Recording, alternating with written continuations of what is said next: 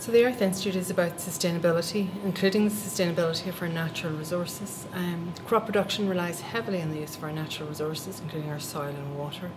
So the Earth Institute provides a platform through which we can bring together a range of expertise in UCD in order to focus our efforts on the development of sustainable crop production systems. Crops in the broadest sense include any plant that we produce for commodities. Directly or indirectly, crops are main sources of food, fuel and many medicinal products. Taking wheat as an example, wheat's an incredibly important crop. It's a main source of human nutrition and it underpins food security. We know now that we have to at least double wheat production by 2050 in order to support the growing human population. At the same time, it's estimated that land degradation, urban expansion and issues such as the increasing use of land for non-food crops means that we will reduce cropping area by anything from 8 to 50%. Global warming places further pressures on food production. So the Earth Institute is all about sustainability and developing crops for the future. Crops for the future is an extremely important component of sustainability. If we don't do this, we're going to face a crisis in terms of food security. In the Earth Institute, we look to enhance the ability of crops to withstand stress, to produce better yields, higher yields, and to adapt to future climatic conditions. Crops are traditionally developed by conventional breeding, and in this technology you take two parents, each with a desirable trait, you cross them and you select the offspring that have inherited both traits of interest. We've used this for centuries. It's a very good process, but it's a very long process. Genetic engineering means that we can now introduce traits of interest into crops in a relatively short time period. So this is a major change in crop development. Another change is a move away from the heavy reliance on chemicals. In part, this is because some have lost effectiveness and also because of European legislation prohibiting the use of certain chemicals.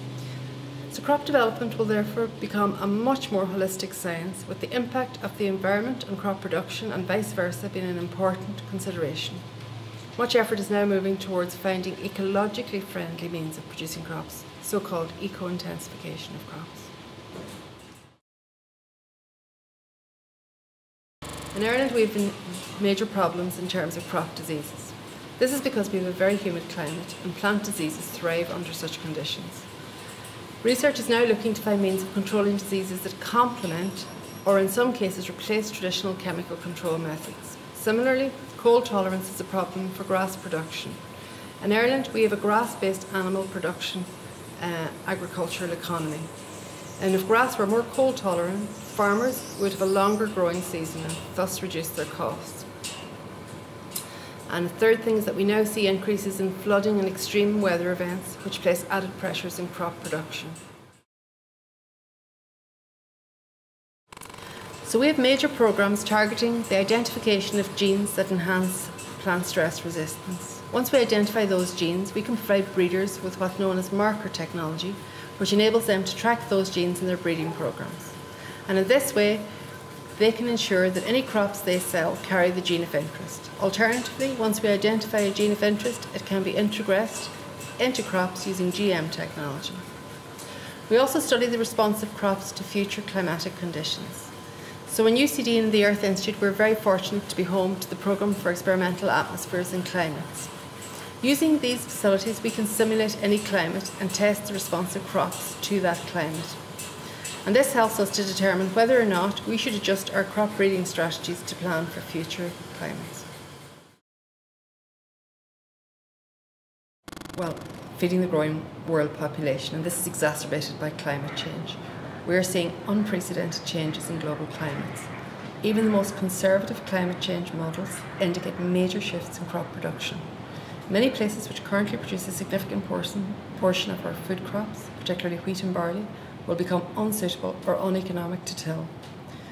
This will majorly impact upon world trade and the global environment. The other big hurdle is the adoption of GM crops. Whether or not you agree with GM, global shifts in GM crop production coupled with trade practices mean that it will impact all nations. Yes, it's provided me with the intellectual and physical resources to look to the future of crop production. We now have all the tools we need to make a real and significant contribution to Irish and global food security, and this is a major target of the Earth Institute. Business as usual. We need to plan for and adapt to climate change.